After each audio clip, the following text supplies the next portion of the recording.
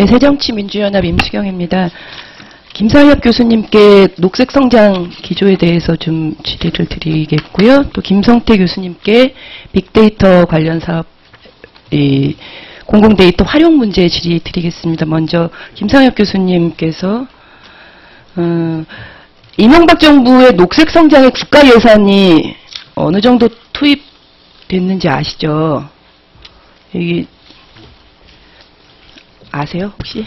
예, 제가 뭐 예. 아주 디테일한 숫자는 갖고 있지 않지만 종합적으로 볼 때는 이제 저희들이 이제 그린 GDP 2% 룰이라고 그래서 네. 그 좀 광범위하게 녹색 분야, 그다음에 신성장 분야의 GDP의 약 20%를 투입하는 것을 원칙으로 삼아왔습니다. 그러나 많은 부처에서 네. 사실은 녹색도 아닌 사업을 녹색으로 막 집어넣어서 한 경우도 있어서 아주 엄정한 분류는 이루어지고 있지는 않습니다만 과거의 GDP, 그린 GDP로 분류된 거는 GDP의 2% 정도로 4년간 이렇게 이루어졌습니다. 그러니까 그게 전체 얼마예요? 약 5년간 합쳤을 때 한 100조 정도로 추정이 되고 있습니다. 거기에 얼마인지 여쭤보는데 굉장히 답변을 길게 해주셔가지고 녹색성장기획관도 하셨고 이제 여러 가지로 이제 발제문 말미에도 녹색성장이나 창조경제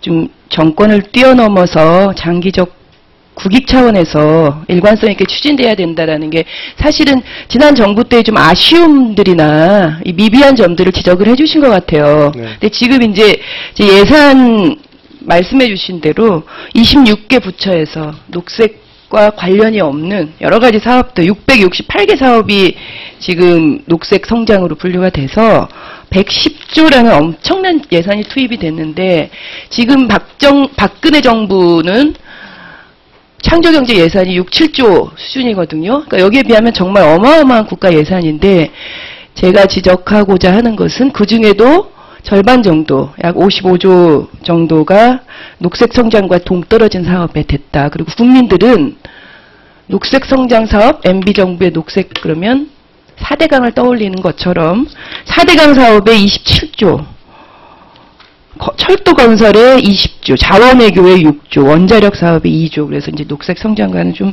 동떨어진 사업들, 또 대표적 예산 낭비의 대표적인 사례였던 한식 세계화 사업도 여기 들어가 있고요.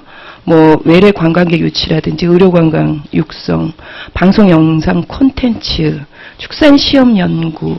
그러니까 이제 저는 우려하는 것이 지금 창조 경제도 이 녹색 성장의 말을 바꿔서 창조 경제가 그대로 추진되고 있는 것이 아닌가라는 그런 지적들을 하는 거예요. 어떤 기준이나 명분도 없이 모든 부처가 자신들이 하고자 하는 사업에 녹색이라는 말을 붙여서 진행했다. 제가 지금 이제 외교통일위원회에 있을 때도 창조 외교라고 하더라고요. 외교도. 그래서 도대체 창조 외교가 뭐냐 이렇게 질문을 드린 적이 있는데 이명박 정부 때도 녹색 성장은 단순히 정부의 정책 기조라기보다는 향후 미래 세대가 나갈 패러다임이고 핵심 성장 동력이다 이렇게 외쳤는데 지금 녹색 성장은 과연 그러면 어떻게 추진되고 있느냐. 이 녹색 성장의 핵심이 온실가스 배출량 또 꾸준히 증가해서 OECD 평균 배출량보다 높고 재생에너지 활용 부분도 최하위에 머물고 있고요. 이 정부는 오히려 기존 정부의 녹색 성장 이미지를 지우기 위해서 노력을 하고 있는 것 같아요. 그 당시에 대통령 직속 기관이었죠. 그렇습니다. 예, 녹색성장위원회가 지금은 국무총리실 산하의 녹색성장기획단 10명의 소규모 조직이 됐어요. 과연 국가의 성장 패러다임을 주도하던 조직이 정권이 바뀌었다고 10명 부처 조직으로 움직여가는 것이 가능하냐. 단언컨대 불가능하다라는 거고요. 정부가 50년, 100년 패러다임이라고 외쳤던 정책 기조가 맞는 것인지. 그러니까 저는 대통령의 관심사를 이루기 위한 정책 기조였지 국가를 이끌어 나갈 패러다임으로는 도달하지 못했다. 그래서 저는 이제 교수님께 이 현 정부의 녹색 성장에 대한 아쉬움이라든지 혹은 녹색 성장과 창조 경제가 접목하려면 어떤 노력이 필요한지 그럼 제가 말씀드리는 문제 제기나 충분히 예. 이해를 하시죠? 예. 그래서 그런 부분들 좀 답변을 주셨으면 합니다. 뭐 사실 이제 가슴을 막 이렇게 공명하는 지적을 많이 해주셨습니다. 제가 2월달 초에 올 2월달에 이제 세계은행 초청으로 워싱턴에서 이제 세계은행에서 그린 그로스 이노베이션 데이즈라는 녹색 성장 혁신 대회라고 1박 2일짜리 행사를 했습니다. 제가 이제 거기서 한국의 경험을 이제 말씀을 드리는 자리로 초청을 받아서 갔는데, 월드뱅크 산하에 IFC라는 국제금융공사가 있는데 거긴 녹색 성장 팀이라는 게 있습니다. 세계은행에. OECD도 그렇고 OECD, 세계은행, 유네비 녹색 성장 난리치 플랫폼이라는 것을 만들었습니다. 그리고 한국 주도로 국제기구를 지지자하는 걸 맞는데, 이 새 사무총장의 UNFCCC 기후변화 협약 사무총장, 제가 잠깐만 죄송한데요. 말씀드리겠습니다. 예, 잠깐만. 시간이 좀 예, 제한돼 있어서 예, 나중에 제가 그 자세한 예. 내용은 좀 듣고 혹시 답변을 그- 좀 간략하게 해주실 수 있는지. 아주 중요한 국제기구 수장이 한국의 기구의 수장으로 왔습니다. 그래서 다들 외국에서 묻는 건 왜 계속 안 하느냐. 저는 사실은 한국이 임기 초반에는 잠깐 그렇지만 다시 원상복귀해서 잘 갈 겁니다라고 말씀은 드리지만은요. 지금 공직사회에서는 어떤 거냐면요. 이 또한 지나갈 것이다. 이런 게 팽배합니다. 그러니까 5년 단임제라는 것은 그 인사를 보는 시점도 한 2, 3년이면은 이거 비켜갈 수 있겠구나라는 습관을 이 훌륭한 공직자들한테 그런 나쁜 어떤 습관을 심어주는 게 아닌가. 개헌을 해야 될까요? 저는 그래서 모두에 이게 단순한 어떤 권력 구조가 아니라 대한민국이 앞으로 가기 위해서는 긴 호흡으로 정책을 추진될 수 있는 토대가 이번 기회에 반드시 마련돼야 된다고 생각합니다. 네, 예. 네, 네. 그렇지 않고서는 요 몇 년만 고비 넘기면 돼. 그러면 뚜껑만 다시 딱 뽑아가지고 제출하면 검증할 시간이 없거든요. 네, 제가 예. 교수님과는 별도의 그 면담 시간을 가져서 좀 길게 얘기를 들을 필요가 있을 것 같아요. 감사합니다. 그리고 이 빅데이터 관련해서 이 최근에 서울시하고 지하철 앱 그 문제된 거 아시잖아요. 그 서울시 그러니까 지하철 공공 데이터를 두고 이제 논란을 일으킬 가능성이 다분하다. 여기서 서울시가 이제 지난 1월에 민간 지하철 이 앱 개발자에게 공문을 보냈는데 저는 이게 좀 매우 심각한 문제인 것 같아요. 지하철 실시간 도착시간 정보는 지하철 운영 주체의 사유재산이므로 함부로 수집 이용해서는 안 된다라고 이런 인식이요. 그래서 그 당시에 해당 앱에서 실시간 도착시간 정보 제공이 한 달간 이제 중지가 된